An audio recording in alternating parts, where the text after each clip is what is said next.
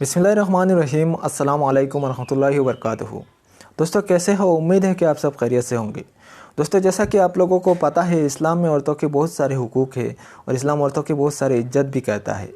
लेकिन दूसरी तरफ गैर मुसलमानों का मानना है कि इस्लाम में औरतों के साथ गलत व्यवहार किया जाता है। इस्लाम जो है औरतों को बराबरी नहीं देती है, औरतों पर बहुत सारे पाबंदी रखते हैं, औरतों के साथ नाइंसाफ़ी की जाती है, औरतों को सम्मान नहीं दिया जाता है। इस्लाम औरतों को पर्दा में क्यों रखता है? दोस्तों ये सवाल कोई गैर मुस्लिम द्वारा पूछा जाता है। आज की वीडियो में भी हम देखेंगे एक शख्स ने ब्रदर इमरान साहब से यही सेम सवाल पूछा है कि इस्लाम औरतों को पर्दे में क्यों रखता है। अगर औरत चाहे तो नंगा होकर घूमे, मर्द औरतों को क्यों देखते हैं?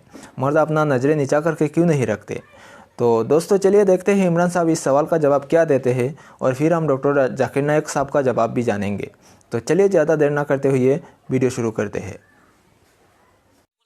Before some time have passed, you have said about the rape about the girls.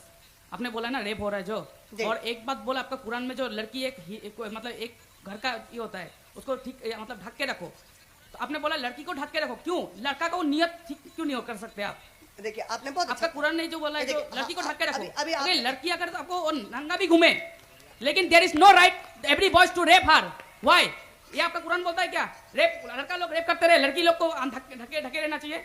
No, right is for everyone. आपका नाम मनोज बताया आपने? No no no, sorry, Amit. Amit देखिए आपने अगर मेरा वो आंसर गौर से सुना होता ना तो आपको शायद ये क्वेश्चन आपके जहन में आता ही नहीं था ना। बोलिए फिर से। मैंने उस क्वेश्चन में कहा, और साइंटिफिकली अपनी इंडियन एक साइंटिस्ट ने हार्वर्ड यूनिवर्सिटी को रिसर्च प्रेजेंट किया है रिसेंटली। हमारी एक इंडियन लड़की है जो साइंटिस्ट है, उसने हार्वर्ड का छोड़िए, कुरान के बारे में पहले बोलिए। सुनिए, कुरान साइंस अलग नहीं है। अभी आप मुझे डिबेट मत करिए ऐसे, मैं आपको बहुत रिस्पेक्टफुली आंसर कर रहा हूं तो सुनिए भी आप। हमारी इंडियन साइंटिस्ट लड़की ने हार्वर्ड यूनिवर्सिटी को एक रिसर्च दिया है। उस रिसर्च में हमारी ये लड़की कहती है कि मर्द और औरत का जो दिमाग होता है दोनों में डिफरेंस है। There is a difference in both of them. Science मानती है एनाटॉमिकली मर्द और औरत में डिफरेंस होता है। साइंस कहती है मर्द सेक्सुअली औरत से ज्यादा एग्रेसिव होता है, औरत इतनी एग्रेसिव नहीं होती है। साइंस कहती है कि मर्द एग्रेसिव बिहेवियर की वजह से जनरली पोलाइट औरतों पर हमले कर देते हैं, सेक्सुअल हैरेसमेंट करते हैं। और जितने लोग आज पूरी दुनिया में नारे लगाते हैं औरत और मर्द को बराबर रखो, जो हमारे एडमिनिस्ट्रेटर्स हैं, पुलिस कमिश्नर ऑफ दिल्ली, जब वो दिल्ली का अनफॉर्चुनेट रेप केस हुआ, हमारे आंध्र प्रदेश के फॉर्मर डीजीपी श्री दिनेश रेड्डी साहब, इन सब ने रिसेंटली एक विमेंस राइट्स जो national commission of women's rights है उसकी एक मेंबर ने सबने यही कहा, यस औरत अगर कपड़े बराबर नहीं पहनती का मतलब मर्द कुछ भी नहीं कर सकता। मैंने कब कहा? अगर उसके बावजूद भी मर्द करेगा तो सजा दो उसको बराबर। इस्लाम नेवर सेज के let him escape. Islam only says there should be a protection. मैंने सोने की दुकान की, गोल्ड की, ज्वेलरी शॉप की एक एग्जांपल दी। मैंने कहा कि ज्वेलरी शॉप वाले की अगर ज्वेलरी शॉप को वो खुला रख दे और चोरी हो जाए तो कोई भी पुलिस वाला कहेगा तेरे पास कीमती चीज है, you have precious thing in it, you have gold in it, तुम सीसीटीवी कैमरे लगाओ, सिक्योरिटी गार्ड को रखो, क्यों भाई? तो कहेगा तेरे पास कीमती चीज है। मैंने कहा इस्लाम कहता है औरत की ब्यूटी दुनिया की हर कीमती चीज से ज्यादा कीमती है, वेदर वो औरत मुस्लिम हो या नॉन मुस्लिम हो। मैंने ये भी कहा, मैंने कहा अगर कोई मुस्लिम नॉन मुस्लिम औरत के साथ बदतमीजी करेगा तो उस मुस्लिम को भी सजा दी जाएगी। तो उसको प्रोटेक्ट कीजिए, ढक के क्यों रखना पड़ता है? यस, अभी आपके वही पॉइंट पे आ रहा हूं। साइंस कहती है man is more sexually aggressive. Science कहती है। तो मैन को ठीक करो। अब आप एजुकेटेड हो, आप साइंस को कैसे रिजेक्ट करोगे? तो मैन को ठीक करो कीजिए ना, तो लड़की को क्यों? औरत को ठीक। Why all the girls? नहीं भाई, अगर आप बोलेंगे चोर को ठीक करो, भाई उसको सीसीटीवी क्यों लगाओ बोल रहे हो? बोले तो आप बोलेंगे चोर को सही करो, वहां सिक्योरिटी क्यों ठहराओ बोल रहे हो? इस्लाम कहता है दोनों को भी करो। अगर वहां सिक्योरिटी लगाओ, अगर चोर ने चोरी की तो सजा दो। अगर किसी मर्द को रेप करने का हक नहीं है, अडवाणी जी ने कहा था कि रेपिस्ट को गर्दन मार दो, हम भी कहते हैं yes every rapist should be given capital punishment. कि इस्लाम खवातीन को अपने हुकूक नहीं देता, इसीलिए उसे हिजाब में रखता है। इस्लाम डिग्रेड्स द वुमेन। इस्लाम खवातीन के हुकूक नहीं देता, इसीलिए उसे हिजाब में रखता है और उसके ऊपर जुल्म करता है। इस जवाब के पहले हम ये समझ ले कि तारीख में हम पढ़ेंगे खवातीन के साथ क्या सलूक किया गया है, वो हम जान ले, फिर हम जवाब पे आएंगे। अगर आप बेबीलोनियन की तारीख पढ़ेंगे, हिस्ट्री ऑफ बेबीलोनियन सिविलाइजेशन, उसमें ये लिखा है कि जब भी कोई मर्द कत्ल करता था उसको सजा मिलने के बदले उसकी बीवी को सजा मिलती थी। अगर आप ग्रीक सिविलाइजेशन पढ़ेंगे उसमें एक खातून थी जिसका नाम था पेंडोरा। एक इमेजिनरी वुमेन थी पेंडोरा, जो ग्रीक लोग कहते थे उसके वजह से सारी मुश्किलात जो दुनिया में हैं वो इस खातून की वजह से है। उनका एक तसव्वुर था जो गलत था। और इस ग्रीक सिविलाइजेशन में खातून की इज्जत ही नहीं थी, वैश्यापना काफी कॉमन था, आम था। अगर आप रोमन सिविलाइजेशन पढ़ेंगे उसके अंदर भी nudity and prostitution was very common. नंगापन और वैश्यापना बहुत आम था। खवातीन लोग सिर्फ मजे के लिए इस्तेमाल किए जाते थे और छोड़ दिए जाते थे। अगर आप इजिप्शियन सिविलाइजेशन पढ़ेंगे उसमें खवातीन को यह कहा जाता था कि वो शैतान की एक निशानी है। अगर आप अरब सिविलाइजेशन पढ़ेंगे कुरान नाज़िल होने के पहले अरबिस्तान में यह हाल था कि अक्सर जब कोई लड़की पैदा होती थी उसे जिंदा गाड़ दिया जाता है। अल्हम्दुलिल्लाह सुम्मा अल्हम्दुलिल्लाह कुरान नाज़िल होने के बाद ये जो गलत काम बंद हो गया। अफसोस की बात है कि अपने हिंदुस्तान में अब तक है। इस्लाम एक वो मजहब है और मोहम्मद सल्लल्लाहु अलैहि वसल्लम वो शख्स है जिनने खवातीन का औहदा ऊंचा किया। अल्हम्दुलिल्लाह उन्हें हुकूक दिए, उन्हें राइट्स दिए, लेकिन उसके साथ ये भी दिखाया किस तरीके से हुकूक को कायम रखे, किस तरीके से उस औहदे को कायम रखे। एक होता है क्या कहना, क्या करना, और किस तरीके से उसको कायम रखना वो भी बहुत ज़रूरी है। तो इस्लाम ने यह बताया कि जब अल्हम्दुलिल्लाह खवातीन को उठाया गया है और कुल्ली तौर पे, आम तौर पे मर्द और औरत इस्लाम में बराबर हैं। कुछ चीज़ में मर्द का दर्जा ऊंचा है, कुछ चीज़ में औरत का दर्जा ऊंचा है, लेकिन कुल्ली तौर पे दोनों बराबर हैं। तो जब इस्लाम ने, कुरान ने औरत का दर्जा उठाया, उन्हें यह भी चीज़ दिखाई किस तरीके से उस स्टेटस को बरकरार रखे, उस औहदे को बरकरार रखे। और अक्सर लोग बात करते खवातीन के हिजाब के बारे में। अल्लाह सुब्हानहू व तआला कुरान मजीद में पहले मर्द के हिजाब के बारे में जिक्र करते, फिर औरत के। अल्लाह ताला फरमाते सूरह नूर में, सूरह नंबर 24 आयत नंबर 30 में कि ए मोमिन मर्द, ए मोमिन, जब भी आप किसी खवातीन को देखेंगे तो नजर नीचे करो। उसका मतलब जब भी कोई मर्द खातून को देखता है और कुछ भी गलत ख्यालात उसके दिल में आते हैं, इमीडिएटली कुरान का हुक्म है कि नजर नीचे करो। एक वक्त एक मुसलमान एक लड़की को घूर के देख रहा था, तो मैंने उससे कहा, भाई साहब आप क्या कह रहे हैं, ये हराम है। तो उसने कहा कि हमारे मोहम्मद सल्लल्लाहु अलैहि वसल्लम ने कहा कि पहली नजर माफ है, दूसरी हराम है। मैंने अब तक आधी नजर भी पूरी नहीं किया। तो मोहम्मद सल्लल्लाहु अलैहि वसल्लम हदीस में फरमाते हैं कि पहली नज़र माफ़ है, दूसरी हराम है। उसके मतलब ये नहीं कि आप 10 मिनट तक के लड़की को घूरते रहो बिना पल के झपकाए और कहेंगे कि नज़र पूरी नहीं है। मोहम्मद सल्लल्लाहु अलैहि वसल्लम कहना यह था कि अगर आप अनजाने में कोई खातून को देख लेते हैं, लड़की को देख लेते हैं, तो जानबूझ के उसके तरफ फिर से मत देखो, उसके खूबसूरती को देखने के लिए जानबूझ के वापस से मत देखो।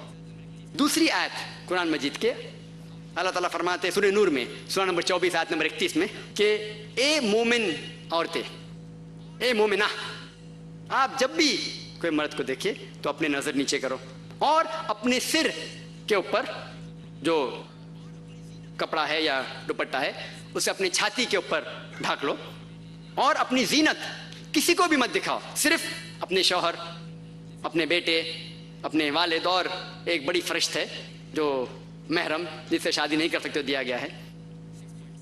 आम तौर पे हिजाब के लिए 6 फ़राइज़, 6 नुक्ते हैं, 6 पॉइंट्स हैं।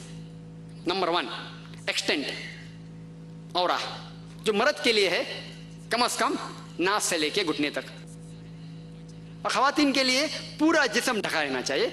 सिर्फ जो दिख सकता है वह चेहरा और हाथ। कुछ उलमा कहते हैं ये भी ढका होना चाहिए। बाकी 5 बातें खवातीन और मर्द के लिए यकसा है। दूसरा पॉइंट, जो कपड़े वो पहन रहे हैं वो इतने पतले नहीं होना चाहिए ताकि कोई उसके आर पार दिख सके। तीसरा पॉइंट, ऐसे कपड़े, चुस्त कपड़े नहीं होना चाहिए जिससे जिस्म का ढांचा दिख सके। चौथा पॉइंट, कपड़े इतने भड़कीले नहीं होना चाहिए कि दूसरे जिन्स को मुतासिर करे। 5वां पॉइंट, कपड़े गैर जिन्स के, औरत मर्द के कपड़े ना पहने और मर्द औरत के कपड़े ना पहने। और छठा कि कोई गैर मुस्लिम के कपड़े ना पहने जो उसकी निशानी है। ये 6 खवातीन से कि जब भी वो बाहर जाए तो जिलबाब पहने, अपने आप पे ओढ़ ले जिलबाब, ताकि लोग उन्हें पहचान सके और उन्हें परेशान ना करे। People will not molest them, क्या लोग उन्हें पहचाने और उनकी इज्जत से न खेले। मिसाल के तौर पे अगर दिल्ली के सड़क पे मिसाल के तौर पे दो जुड़वा बहन जो बहुत खूबसूरत है, हूबहू खूबसूरत है, बहुत खूबसूरत है, दो जुड़वा बहन चल रहे हैं दिल्ली के सड़क पे। एक जुड़वा बहन पहनी हुए इस्लामिक लिबास, पूरा जिस्म ढका हुआ, सिर्फ चेहरा और हाथ दिख रहा है, और दूसरी बहन पहनी हुई मगरबी लिबास, मिनी स्कर्ट्स या शॉर्ट। मगरबी लिबास तो मिनी स्कर्ट्स या शॉर्ट्स जो तन को कम ढक रहा है और दिखा रहा है ज्यादा। और दोनों जुड़वा बहन अगर दिल्ली के सड़क कनॉट प्लेस अगर वहां चल रहे हैं और सड़क के कोने पे किनारे पे एक लफंगा ठहरा हुआ है लड़की को छेड़ने के लिए, मेरा ये सवाल है कि वो लफंगा किसको छेड़ेगा? वो बहन को जो इस्लामिक लिबास पहनी हुई है, हिजाब पहनी हुई, क्या वो बहन जो मगरबी लिबास पहनी हुई है किसको छेड़ेगा? जो मगरबी लिबास पहना हुआ है। कुरान सही कहता है कि हिजाब खवातीन को महफूज रखता है और इज्जत बरकरार रखता है। और इसके बाद इस्लामी शरीयत ये कहती है कि अगर कोई आदमी किसी औरत का बलात्कार करता है, जब जिना करता है, तो उसके लिए सजाए मौत, डेथ पेनल्टी। बहुत से गैर मुस्लिम कहेंगे सजाए मौत, आज की तारीख में 21वीं सदी में सजाए मौत, कितना बेदर्द दीन है ये इस्लाम, कितना नागवार दीन है। लेकिन मैं सवाल पूछा हूं हजारों गैर मुस्लिम से, अब भी पूछ रहा हूं कि मिसाल के तौर पे खुदा ना करे कोई आपकी मां या आपकी बहन का बलात्कार करता है और वो बलात्कार करने वाले को आपके सामने लाया जाता है और आपको जज बनाया जाता है, आप क्या सजा उसे देंगे? और 100% मुझे जवाब ये मिला कि सारे गैर मुस्लिम ने कहा कि हम उसे सजाए मौत देंगे। कुछ गैर मुस्लिम ने यह भी कहा कि हम उसे तड़पा तड़पा के मारेंगे। तो जब आपकी कोई वालदा या आपकी बहन का बलात्कार करता है, आपको उससे सजाए मौत देने का है, दूसरी किसी बहन का बलात्कार करता है, आपके सजाए मौत गलत है। ये डबल स्टैंडर्ड्स क्यों? जो लॉ होता है ये क्यों होना चाहिए? अगर आप जानते, आज जो लोग कहते हैं अमेरिका इतनी एडवांस्ड मुल्क है, लोग उसकी तरफ देखते हैं, आप जानते वो एक मुल्क है जिसमें ज्यादा बलात्कार होते हैं। एक मुल्क है जो नंबर 1 पे नहीं है, लेकिन जो मैक्सिमम रेप जितने दुनिया में होते हैं उसमें से एक मुल्क है यूएसए। एफबीआई के स्टैटिस्टिक्स के हिसाब से 1991 के एफबीआई के स्टैटिस्टिक्स के मुतालिक उसमें लिखा गया है कि हर रोज अमेरिका में 1756 बलात्कार होते थे। 1996 के स्टैटिस्टिक्स के हिसाब से, 1996 के स्टैटिस्टिक्स के हिसाब से US crime department of justice वो कहती है कि 1996 में हर रोज ऑन एवरेज हर रोज 2713 बलात्कार होते थे। 91 में 1756, 96 में 2713। अमेरिकन लोग और जरा ज्यादा बोल्ड हो गए और हिम्मत वाले हो गए। हर रोज 2713, यानी हर 32 सेकंड में एक बलात्कार होता है अमेरिका में आज की तारीख में। हम इस ऑडिटोरियम में लगभग 2 घंटे से हैं। 2 घंटे से जब से हम इस ऑडिटोरियम में हैं 200 बलात्कार अमेरिका में हो भी चुके होंगे। मैं आपको यह पूछना चाहता हूं, अगर हम इस्लामिक शरीयत लागू करें अमेरिका में कि कोई भी मर्द कोई खवातीन को देखे और कोई भी गलत तस्वुर उसके दिमाग में आया, उसे अपनी नजर नीचे करना चाहिए। उसके बाद खवातीन सारा जिस्म ढके, सिर्फ चेहरा और हाथ छोड़ के, और उसके बाद अगर कोई मर्द बलात्कार करता है सजाए मौत। मैं ये पूछना चाहता हूं कि अमेरिका में बलात्कार की फीसद बढ़ेंगी, वही रहेंगी या घटेंगी? घटेंगी। आप इस्लामी शरिया लागू करो और इमीडिएटली आपको रिजल्ट्स मिलेंगे।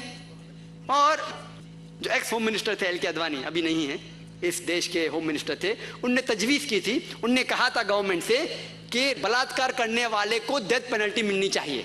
और मैं अल्हम्दुलिल्लाह उन्हें कांग्रेचुलेट किया।